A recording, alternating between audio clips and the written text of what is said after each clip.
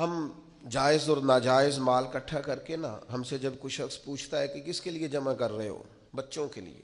بچے تو بیچارے بالغ ہونے کے بعد کہتے ہیں ابا جی سے کہ وہ اگر آپ ایک پلاٹ بیچ دیں تو میں کاروبار کر لوں، تو وہ تو بیچ ہی نہیں رہے.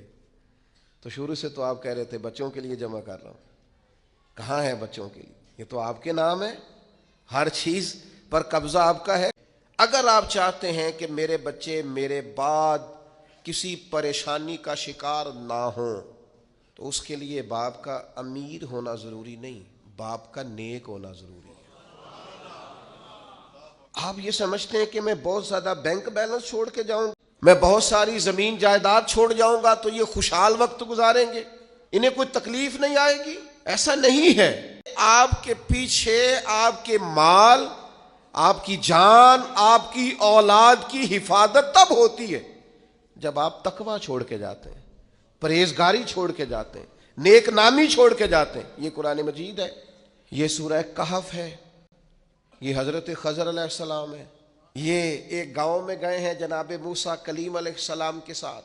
گاؤں والوں نے مہمان نوازی کوئی نہیں کی، لیکن اللہ کے ان پاک باز لوگوں نے ایک گرتی ہوئی دیوار سیدھی کر دی ہے.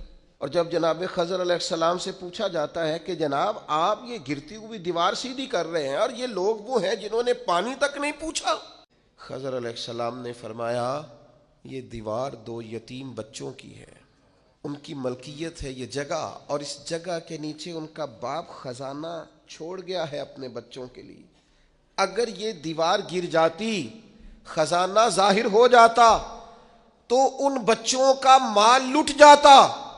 جناب خضر نے کہا وَكَانَ أَبُوهُمَا صَالِحًا، یہ نیکی اس لیے کی ہے کہ ان کا باپ نیک آدمی تھا، ان کا والد ایک صالح آدمی تھا. ابوہما صالحا.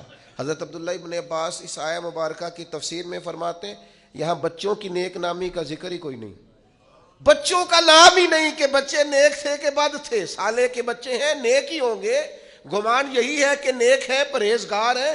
لیکن فرماتے ہیں یہاں صالحیت کا ذکر ہے تو اولاد کی نہیں، باپ کی.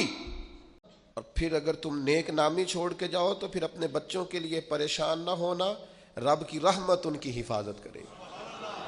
تمہاری فصل کو کوئی برباد نہیں کرے گا، تمہارے خزانے کو کوئی لوٹے گا نہیں، تمہارے پیچھے تمہاری اولاد اور تمہارا گھر ویران نہیں ہوگا. شرط یہ ہے کہ صالحیت چھوڑ کے جانا، اپنے پیچھے نیک نامی چھوڑ کے جانا. حضرت عمر بن عبدالعزیز رحمۃ اللہ علیہ سے قبل جتنے بھی بادشاہ تھے کروڑوں اربوں کی جائیدادیں چھوڑ گئے وہ، لیکن ان کا حال یہ تھا کہ ان کی اولادیں ایسی شراب کباب میں الجھیں کہ 2 بادشاہ تو ایسے تھے جن کے بچے جامع مسجد کے سامنے بھیک مانگا کرتے. اور جناب عمر بن عبدالعزیز رحمۃ اللہ علیہ نے آخری وقت میں اپنی بیوی کو کچھ نصیحتیں کرنا چاہییں تو وہ کہنے لگی اللہ تعالیٰ آپ کو آپ کی نیکیوں کی جزا دے، اولاد کے لیے کچھ نہیں کر سکے آپ، کچھ نہیں ہے ہمارے بچوں کے پیچھے.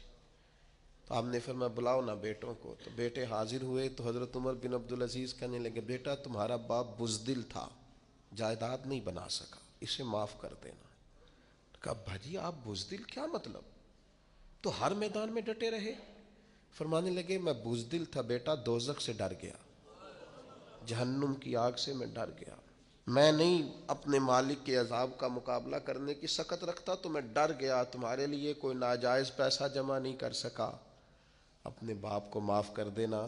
تو جناب عمر بن عبدالعزیز کے بیٹے اٹھ کے اپنے والد کے قریب بیٹھ گئے، کہنے لگے ابا جی آپ پہ سلامتی ہو.